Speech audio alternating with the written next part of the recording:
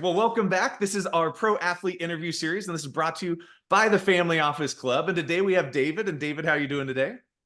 I'm doing wonderful. Thanks for having me on. Yeah, well, thanks for coming. And in case this is your first time, either checking out the podcast or maybe your first time seeing us at an event, or maybe you're one of our 13 million social media followers, we do these deep dives, whether it's with dentists, doctors, investors, or professional athletes like David. And a lot of times we'll bring them up on stage, we'll do these podcast interviews to sort of find out where they came from and how they got to where they are now. And that's what we wanted to do by bringing David here and sort of to find out how he became in the top 1% of the professional athlete space, but now in his professional career after. And so, David, just thank you for taking the time and being a part of the show today. Oh, you're very welcome. Look forward to helping serve. That's my new mission now, to help share all the great gifts that I was given to other people. So I'm ready to rock. I love it. Well, we're ready to rock right with you. And I guess why don't we get started? Why don't we find out a little bit about what you did in the professional athlete space? And that way we give a little bit of background of sort of where you came from and what you did sort of up to today. Yeah, so in a nutshell, I got very lucky, to be honest, and to grow up in a world where I'm a third generation pro athlete and a sixth generation college graduate. So champions on both academic side and the athletic side. My dad played for the New England Patriots, grandfather. On my mother's side played for the Boston Bruins, the big bad Bruins. So and my dad played against the 85 Bears. So I was around all those sports champions growing up. I was born in a game day. In fact, I have the game ball. It's still have it. Oh, really? Still have the game ball right here. The old school ones, we got to have the paint, on the front. But I was given that when I was born. I was born in a game day. Patriots beat the Saints, so I figure I'm good luck. Yeah. And that's the athletic side. Academic side, I have three college presidents in the family. Currently, my uncle is the president of Rutgers, so I'm a huge Scarlet Knights fan now. Go RU. But I was born in that world with so many champions that helped lead, that helped shape, that really made a huge impact on not just their teams, but it went far beyond that. And the lessons that they gave me and gifts, they always said it's not fully complete unless it's shared. So part of my new mission now is to share that, like I said. But my journey, when I first started off, you'd think with this great family legacy that I'd be a shoo-in. In fact, I got rejected by over 850 Division I colleges and over 10,000 scouts. Wow. A lot of rejection, Yeah. And so I had to find my own way. Even with all the greats I grew up around, Bo Jackson and Bobby Orr and all these superstars that were around me my whole life. Now it was my turn. Everybody's saying, who are you? You're not, big enough. You're not fast enough. You're too small. You don't have your grandfather's toughness. You don't have what it takes in sports. Maybe you should do the academic side. So many champions over there too, which wouldn't have been a bad move. But, something in me was like, you know what? I still want to do this. So I decided to walk on to University of Maryland. Didn't get a scholarship for, it took me about a year and a half. And, when I first got there, I was getting laughed at because I was a triple digit. I was one of the 336s. Adam Podlish and Alan Grantham are the other two 36s there. I couldn't eat with the team. New dining hall facility. Can't go if you're a walk-on. So I had to run to get my food. And there's so many other stories that I could tell you. But I came in as a linebacker with a vision and a dream anyway. Weighed about 187 pounds, way too small to be a linebacker. You got to be around 250, otherwise just going to get tossed around, which I did, so I got laughed at in the beginning. Fast forward, 3 years following my vision, lots of hard work. And in the middle of that, more getting laughed at, walked by like I wasn't even there. I became one of the best in the country. And that didn't happen by accident. That was by clear and proper design. And that's part of what I share now as a motivational speaker, as, I have a book coming out soon. So I'm in that expert space where I'm sharing some of my insight, sharing some of my wisdom, sharing some of the secrets, the tactics that I use to go from somebody who's getting laughed at, couldn't eat, all of the above as a supreme underdog. Now people are asking how you did it. Hmm. And now people are, I found out later, people were dropping out of school to come to the University of Maryland to try to duplicate what I had done. I mean, we were, one of the best defenses in the country, beat Florida State for the first time in school history. We were doing, the beginning, early 2000s, Maryland was doing pretty well. ACC championship, Orange Bowl, all these things. But all that happened, and there's a blueprint. And like they always say, greatness, success leaves clues. Hmm. And a lot of those crumbs, not only did I follow from all the greats that came before me, but I left some there as well. To now, so many other walk-ons were able to get an opportunity. People that dropped out of their colleges to come were now able to do it. And it became, I'm used to being behind the scenes, nobody knew who I was. And now, I'm out in front of, thousands of cameras, people, stories, Washington Post, all these things. And they're asking me to share. You need to share your story, your journey. It's inspiring, all these other great things. And I, was one of the guys in the locker room. I was pretty quiet, didn't really say much, said, hey, I'm going to show you and lead you by action. There's not too many words in there. But as I grew and matured as a leader, and just listening to people around me saying you've got to do it over and over and over again, I was like, let me take this seriously. Let me study this. Let me figure out what other speakers I could learn from. I went to boot camps and seminars where it was 2-3 days of some of the greatest speakers in the world that did TED Talks that have millions of views, and learn the art of being on stage, learn the art of using your body language and your voice and your tonality and all these different things that not only helped in my speaking world, but my overall life in general. When it comes to skilling up, it added a lot of things. So that's kind of where I'm at now. That's the kind of funnel really, really quickly into this. To give you a little context, who I am, where I come from, what I stand for, and what value that I want to bring to you, the listener, and everybody else I come in contact with. No, I think that's a great story. A lot of times I feel like a lot of stories where it's, all right, this is the one thing I only had sports. I had nothing to fall back on. I didn't have any family, or like you had some family that you could fall back on, or let's say you had the academic side that perhaps you could fall back on. Like, what was it that you're able to do? I mean, I know we talk about visualization practices and, mental mindsets, but as much as you were a walk on, many people in your same shoes could have just walked right off, right? They could have decided, you know what? I don't get to eat with the team. I just can't do this. I'm not going to be able to put on the pounds. I'm not going to be stay in the mental mindset that you need to do to actually stay on the field. So what was, I know sometimes it might just be, this is who I am as a person, but is there anything that you sort of can look back and say, oh, it was these things that I definitely did that made me like stick to it, that maybe not choose this other direction that would have been probably easier if you would have gone that other route? So much easier. I mean, at 18 years old, you're getting tossed around the field. You're not getting into practice. I was on the 6th team, so I couldn't even get into practice some days. Yeah. And I don't know. I mean, I've been in Arizona, I've lived in Miami. Probably the hottest I've ever been is just sitting in full equipment, just watching practice for like an hour and a half. That's back when you could do doubles back to back to back. So it was miserable. Everybody asks, do you ever think about quitting, taking the easy route? Hell yeah, I did. I thought about the second day. I looked up when I didn't get into practice, and then we have to watch film of practice, and I got to watch it all over again. And didn't see anything I did except stand there and bake. I was like, man, this sucks. Hmm. Why am I here? And I found, I reverse engineered it. When people ask me why and how, I was like, let me really give people some takeaways that they can use to help them in whatever situation they are. And I go all the way back to the foundation. I used to stay up late at night like most kids, and I would just dream, and I wouldn't have any outside noise affecting it. I would take my journal, take quiet time, I would block time almost, and just write down exactly what I wanted to do. Didn't get to pick, I didn't get the scholarships everybody else, a lot of people in the family did. So I got lucky enough to where I could choose where I want to try this. I could pick my location. So I got very detailed, went visited the University of Maryland, had a feeling, I was like, this is the place that I'm going to be. And that foundational piece, going back in pen and pad and writing down exactly where you want to go.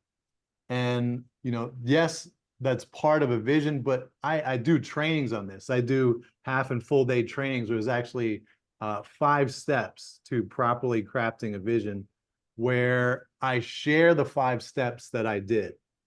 And the first one I just shared with you, as simple as taking a pen and pad. And one of the things I've learned as matured as a speaker and as a trainer, as an executive coach, you have to distill a lot of wisdom and give it to people in easy, actionable steps. So that's what I did, where I took my 5 steps and I said, if you follow these 5, you're going to have a properly crafted vision that's going to allow you to have that forward lean and pull in life to get you past all those obstacles. Because if I didn't have a promised land, a vision of something greater out there that got me excited, why am I doing all this stuff? Why am I getting up and working out early before the team? Why continue to get laughed at every day? When you're in college, this is supposed to be your golden days. This is supposed to be the most fun, you ever had your 4 years. One of the best experiences of people's lives. Why is it miserable for me? And I had to learn on my own some of these techniques. I didn't go to my family and run to them and say, hey, help me all the time with this, this, and this. I wanted to kind of go through my own journey and carve out my little identity and my piece. So a lot of the stuff I learned on my own, and techniques I developed from, what they taught me, and then I molded it and modified it. Now I teach that. And visualization, one of the most important things you do. Having a vision is one of the most important decisions in your life that you can make. And so many people take it casually. So many people, oh, we'll have a vision board party, and they're putting up all these things that have nothing to do with them personally. They want to put up, Arnold Schwarzenegger and these sports cars and all these things. Like, well, what does it mean? And do you even want that? And when you get to that destination, are you going to be proud of who you are? There's so many different ways that doesn't get taught. And a lot of times it's not good or bad vision. It's trained or untrained a lot of times. And I tell people, your vision should be so clear that I could be able to ask you, what does the environment smell like? And you should be able to tell me exactly what it smells like. The sounds, the colors, the shapes. I should be able to jump in your life and say, hey, for this piece of your life, for this architecting, you're architecting your life as you go through this. Otherwise, you're just taking whatever life throws at you. Nobody wants to do that. We want to architect and build and continue to visualize the life we want to live. So if I asked you, if I jumped through the lens or into your living room, wherever you're watching this or listening to this, and I sat down and said, hey, explain to me, like a movie director, what your vision of your bigger future is, whether that's your personal life, whether that's your work life, whatever that is, you should be able to explain it to me in such detail that I can picture everything. That we can make a movie, we can make a storyboard, maybe, of exactly what you want to do. And until it's that clear, it's not going to give us that forward lean, that forward pull that pulled me past all those obstacles. Getting laughed at, all that stuff seemed like a mountain when I first saw it, when I first walked up to it. But the more I worked on my vision, the more I did the visualization, the more I, read and continue to skill up and educate myself, the stronger I became mentally. Man, that obstacle became so small that I could step over it and say, hey, even if you asked me back then, what are you doing here? I would have looked straight at you, straight into the camera. And I said, not only am I going to play here, but I'm going to be one of the greatest that ever did it. And I wouldn't have blinked. And that was only because of the vision, which is, to me, a foundational piece of who you are. My foundation was so strong that the storms of life, the catastrophes of life, the naysayers, the doubters, the haters, all the people that try to chip away at me, my foundation and my vision was so strong. I'm heading there anyway. I'll see you at the top. All these things that are happening to me now, yes, I might not have the skills yet. I might not have the toughness yet. I might not have the size and the strength and the speed yet. But man, if I get enough time, it's a coming. And when it comes, you're going to see me rise to the top, and I'm going to wave to you on the way. And if you got to compete against me, you better have a vision that's sharper than mine. You better have something else out there, because I ain't stopping. I'm going to the top, baby. So how do you, so I guess a good question would be, so you can visualize and you can write down these things. And let's say for yourself at home with your book and your journal, let's say you're like, I know Yeah. exactly what my vision is. How are Mhm. you able to, let's say, block out someone else's vision of you? So whether that's the coaches, the players, some sports newscaster that's watching you, all of them are going to have a different perspective, and you might know where you want to go and you might have that visualization, but they're the Mhm. ones that, let's say, didn't see you on that video as you guys are watching the plays, but you know that you could be on that lineup.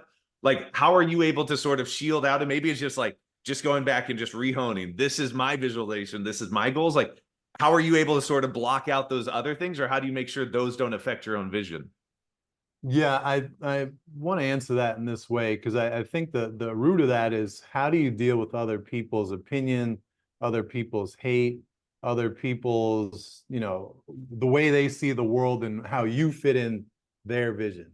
Mm-hmm. Um, First of all, if you read the book, there's a book, Top Five Regret of the Dying, and one of them is I wish I spent more time building a life of my own, that I didn't listen to the people telling me what I should do. And to me, it's like, hey, man, we get one shot and we're all participants in the game of life. I don't care if you're an athlete or not. This is our time. And I don't know about you, but I want to carve out and craft the life that excites me, that I feel like can give, my skills and what I want to do and the impact that I want to have, not anybody else's. So first, that's a mindset. The second thing is how do you deal with them, the opinions, the hate, and everything else? I'll share this with you, and this is a technique that I used. Okay. And if I didn't use this, I would have been one of the most miserable people that you'd ever met if I took everything in, all the hate. Because, like I said in the beginning, I was getting laughed at a lot. And when you're an athlete, it sucks to get laughed at. I was getting laughed at almost daily. I was getting embarrassed all the time. It was not fun. This was in my career. This was pretty much rock bottom. When you're a bench warmer in practice, it's hard to get lower than that. Mm-hmm. So here I was, and all this criticism and negativity, and people walking right by me and using me as a tackling dummy, or all these other ways that, this guy doesn't even really matter. Let's give him a triple digit because who cares? In those moments, and I share this with people, when you get hate, when you get other people's opinions, you get things that, that sting sometimes. A lot of people will tell you to forget about it or ignore the haters, which doesn't work. Mm-hmm. It didn't work for me. You can't ignore some of those things. We're all human. We have emotions. And all the personal development, reading, everything I do, I'm still a human at the end of the day. There's still things that are going to bother me. Now, the time that, I get over it is way shorter now, and it's done much more graceful. But what I'll tell you is this, and here's what you do. It's a simple technique called throw it in the bag, and I invite you to try this. If there's a moment where you just feel the hate coming, or you feel someone dissed you, you feel off your game, whether that's personal life, work life, doesn't matter. Something's really bothering you. I invite you to take that moment, remember it. What people almost take a screenshot, a snapshot of that moment. But I want you to take that and visualize taking it, putting it in a bag, tying it shut, and you're going to move that to the side. So you're feeling it for a moment, and then we're going to say, okay, this is happening, all these feelings, I'm going to take that, store it for later. So because if you don't, you're going to waste energy that you need to get to where you want to go. You're going to waste energy of the day. There's so many energy vampires out there that this is something that you have to do for your own sanity and protection sometimes. I know everybody listening can relate to that. So what I did in those moments, I was like, okay, take that moment, feelings I feel, I'm not going to ignore them. The tension or the anger that's building up, I'm going to save that for when I need it. And when I would go work out, when I didn't feel like doing it that day, whenever I needed that little energy boost or even a rocket boost, if I was doing well, I said, man, I'm going to that bag and opening it. I'm remembering all the feelings, everything that was said, what the person was wearing, the look on their face, and re-feel that energy. And that's going to give me that fuel, that dark energy to keep going, even when I don't feel like it, even when everybody else is quitting, even when it's hard. Because it's Mm-hmm. going to get hard, it's going to get tough. But when you can use your energy, your power when you need it, man, that gives you such a competitive advantage than someone else that is letting everybody else shoot them with their arrows of hate, and now they're leaking. And you know, it's your energy, it's your power, it's your motivation, your positive feelings about who you are in the day. They're letting everybody else just shoot them and let it, you know, drip out. I'm telling you to take those arrows, put them in a bag, save it for when you need it, and man, that'll give you energy at any point. Hmm. Now, does that bag start having less and less effect, and you have to fill it with new ones, or how do you use There's that bag? with, you know, the way social media is and everybody else having their opinion today, that bag can fill up real quick. That is true. That's true. And the important thing is, you know, yes, this is a blueprint outline of how I used it. I Hmm. tell people to take that and add to it, add your pieces to it. Don't be like, you see so many people every day, oh, this is the new style, let me do this. Or this is what this group does, and I want to be part of that. So let me dress like this, get these shoes, get this water bottle, all these things that people are just copying each other over and over again, which is fine. I get that. But always add a little flavor of your own to that. So, you know, you're more of an individual, you're a little more free thinker, you're a little bit, you know, you're not following all the time, that you're always adding in a little bit of part of your leadership into that. So that technique, throw it in the bag, use that as a foundation, but add little pieces to it. What do you want to put in there? How much? You know, is there a point where it's getting too much and you got to let it out? What are some of the healthy ways you like doing it? Yep. I've always advised to do it, you know, working out in some kind of way, because how can you skill up no matter what profession you're in? You work on your health and energy, you know, protecting your energy. Doesn't matter what age you are, you know, but again, we're only given one body, only get one shot. It's up to us to protect it, to preserve it, to continue as you get older, to take care of it, to do the rehabs, to do the strengthenings, so you have more energy, so you can enjoy more of this thing we call life. No, I like it. I like it. Well, let's do this. What's a $1 million lesson, or what's like the most costliest financial mistake that you've personally made? And you could just give a general one, or if you want to give a very practical, specific example. But for Yeah. any professional athletes that are out there, like, what's a $1 million lesson that you learned perhaps the hard way, or a financial mistake that you're like, man, I wish I didn't make this, but don't make the same mistake. Yeah, they all come down to the same thing, and that's just, I reached a point in life or my profession or financially where I'll give you two things. One is when I got to a point where I feel like I made it, Hmm. that was a danger zone for me. That was $1 million mistake in those areas, because now I have no vision of, you know, what I want to head to next. And it's nice, yeah, when you reach the top of a mountain, to celebrate, to eat the food, enjoy the riches that are up there. You don't want to be there too long. First time I got there, I was there for way too long, and I started to decline. Mm. And those are moments in my life that I can't get back. Hmm. Moments where I wasn't on my A game, or I wasn't taking care of myself the best way, or I wasn't doing the research, I wasn't learning, I wasn't serving people around me the best way I could, I wasn't paying attention to a lot of the foundational pieces that got me to that point. And what I always tell people is, when you're out for self-mastery, you when you're about to make it to that next vision, or when you're there, you immediately start crafting a vision for another future. Hmm. And if you don't, you're going to make a lot of mistakes. You're going to live in a place where I call the land of mediocrity. I give this analogy. I said, you're either on the field of life, the court, the ice, you know, your office, whatever it is, professionally, whether you want to relate it to your family life, you're on the field of life, that field, and it's your job to go out there, summon the best of you are, become the best, share the best, give the best, and live and lead the best quality of life you can. That includes having a great foundation, so the life's not knocking you, pinballing you all over the place. So when you're there, you have a vision, you're on top of your A game, you're kicking ass, taking names, you're making wise decisions, you're connecting with the right people, you're not ignoring your health, you're not ignoring your positive relationships, because that can easily get burned when you're heading up those mountains of greatness or success or excellence. You're on the field of life and you're playing full out, and you don't have a vision of greatness. life hands you a ticket to go sit in the stands and watch. And in those stands, it's very, very comfortable and it's very deceiving.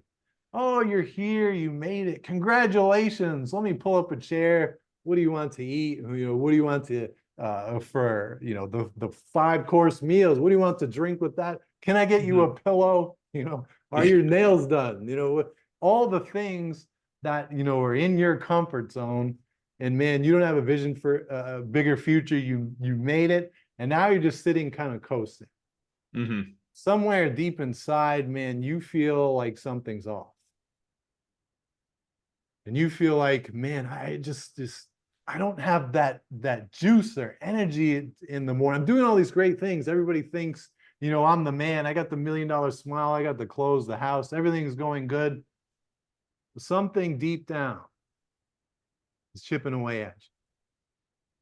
And that's what I call the stands of life, the land of mediocrity. And I've been on both. I've been on the fields and the stands a lot more than I'd like to admit. And those are moments in my life where I'm going to have regrets, forever. Those are moments I can't get back. I was like, man, if I could have just gotten off the field, out of the stands, back on the field of life, start reconnecting with, my vision of who I want to be, what I want to learn, who I want to be around, what I want to share and do. I didn't have that. And that's when I made the $1 million mistakes. That's when I made the time mistakes and relationship mistakes and all the other mistakes you can make. Man, I was there and I was in it, in the land of mediocrity. And there's a quote I like that says, mediocrity prevails when good men and women do nothing. And to me, what that means is when you do nothing, you're in your comfort zone, you don't have a vision of your bigger future, no matter what age you are in life, you're in the stands of mediocrity. Nobody wants to be there. That's when you're making all the mistakes. And that would be my lesson, is to always have a vision of your bigger future. If you're asking the question, is this, you've made it to the top of the mountain, you're asking, is this it? That's a dangerous place to be. Or you come to retirement, you're like, man, what am I going to do now? That's a dangerous place to be if you stay there for too long. And, you're just getting, especially as athletes, most people's career, you can do that the rest of your life. As athletes, your career is done in your 20s or 30s. And, there's so many people that get stuck there, or remember when they get stuck in that conversation that isn't the best all the time. So even if you've had an amazing career, you're top of that mountain, always have another one in the future. I forget who said this, but it's another great quote I like that says, when life's end comes to meet you, let it find you, reaching and climbing towards that next mountain instead of rolling, on down an old one. I like it. Well, normally we ask people, for like a final question, like, how do you, become a 0.1%er in your field, whether professionally as an athlete or now professionally, let's say as a speaker or investor, what they're doing now. And I feel like we've covered a lot of that to sort of show what you've used, what practices you use, visualization techniques, some of those different stages. I know we only covered a couple, but I know you do trainings on all 5 of them. And I think you're coming out to a couple of our events that we have out of the super summits in New York and out in Florida. But do you have any last tidbits of advice that you'd give to any athletes now or looking to make the transition, or perhaps are currently staying in there? Like, I got 5 more years in the game. Like, what final tidbits of information or advice would you give them? So I've already given you the foundational piece of the vision. That's number one, because that allows you to have clarity. And clarity is power. When you know where you're going, man, you have so much power. You know where not to invest your time and energy because you got something out there that you got to fight for. So you have that foundational piece. That's obviously number one. If I wanted to, and I shared with you, throw it in the bag technique, another little small step that's going to help you. If I had to give one more, and it's one that I had, it was a wake-up call for me. I'll tell you a quick story. I was out in Arizona, played for the Cardinals, helped them reach the first Super Bowl of franchise history with another big underdog, Kurt Warner, who's everybody asks, is he just as good as the guy as he looks like? Yes, he is. He is the man. We're still friends today. I just saw him. His son was playing quarterback. They played Rutgers, so saw him there. Anyway, gave you the foundational piece. When I was there in Arizona, I had made it, and I was like, "Is this it?" And one of my mentors, I got lucky enough to be around, and it brought me back, into reading again, learning again. And it's something that I would leave with everybody. It said you should always have a learn list. Mm. So you always should be reading, you always should be studying, you always should be around other people that are going to challenge you in some kind of way to help get you better. One of the biggest regrets I had was throughout college and most of my NFL career, I had stopped reading on things that I was interested in. I was so focused on who I was and my identity as a football player, which one of my good friends, Sean Stevenson, who was a trained therapist and a speaker, who I learned how, the art of speaking and storytelling from, he shared with me that, hey, you're not an athlete. That's not your identity. You are much more than that. That's just part of what you do. And I was like, man, it was a breakthrough for me. It sounds very simple, but a lot of times the breakthroughs happen when you become aware of something that you were never even aware of before. I wasn't aware of it, that I had lost touch, lost connection, all these things, these hobbies that I enjoyed. So through my mentor's advice of, reading and continue to learning, I started learning a second language. I started picking up hobbies that I always wanted to do, playing the piano, doing all these different things that allowed me to have a more enriched life that I had stopped doing. So if there's one piece of advice I want to give everybody out there, is to continue to build, your learn lists, whether that's for your profession or one of your hobbies. Never stop learning. My mentor put me on all these, readings and seminars and stuff. He always still says it, named Joe Polish, founder of Genius Network out in Arizona. Yeah, great guy. He says, education is never out for the pros. And even though you graduate, doesn't matter. Education is never out. I am never going to stop learning, finding new ways to enjoy life, finding new ways to sharpen my intellect, because that's what I was taught. And when you do that and you skill up, like they say, the analogy, when the tide comes in, that lifts all boats. That's part of what happens. It lifts you and all the people that are connected to you. And again, I just got very, very lucky to be put in the position where, I was around this foundationally, excellence, people that, thought bigger than just their profession, that wanted to continue to have a bigger impact no matter what their achievements were in the past. They want to make their future even better. So I was lucky to be around all these great people. And again, I don't take that for granted. I understand that I was, lucky to be put in this position where I was able to be around amazing people. Yeah, part of who I am is, I'm always curious to learn. So I was always drawn to that. But one of the things they taught me, like I said in the beginning, was that the great gifts are not fully complete unless they're shared. What good does it do if you have all this knowledge and wisdom and expertise if you're not sharing it with those those around you and those coming up behind you? Yeah. And the last thing I'll say on that is this: we all have, a sports analogy here, in our arenas of life, our family, friends arena, positive relationships. We have arenas, and in the top, there's banners flying high of people that you wouldn't be here if it wasn't for them.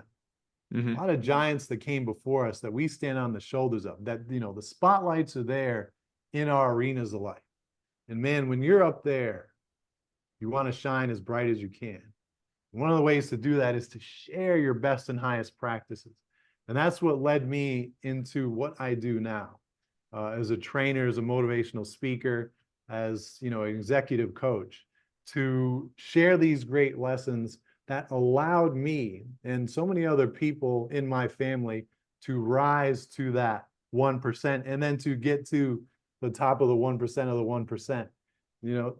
Education, that's a way out of so many things. So continuing to learn, to continue to have a to learn list. At the beginning of the year, everybody's talking about the New Year's resolutions. What's on your what to learn list? for the month, for the year, for the quarter, whatever it is. That's the key. I love it. Well, David, thank you so much for being a part of the show today. And I can't wait till I actually meet you in person, have you up on stage at our event. And I just appreciate the time that you took for myself and then also for our audience.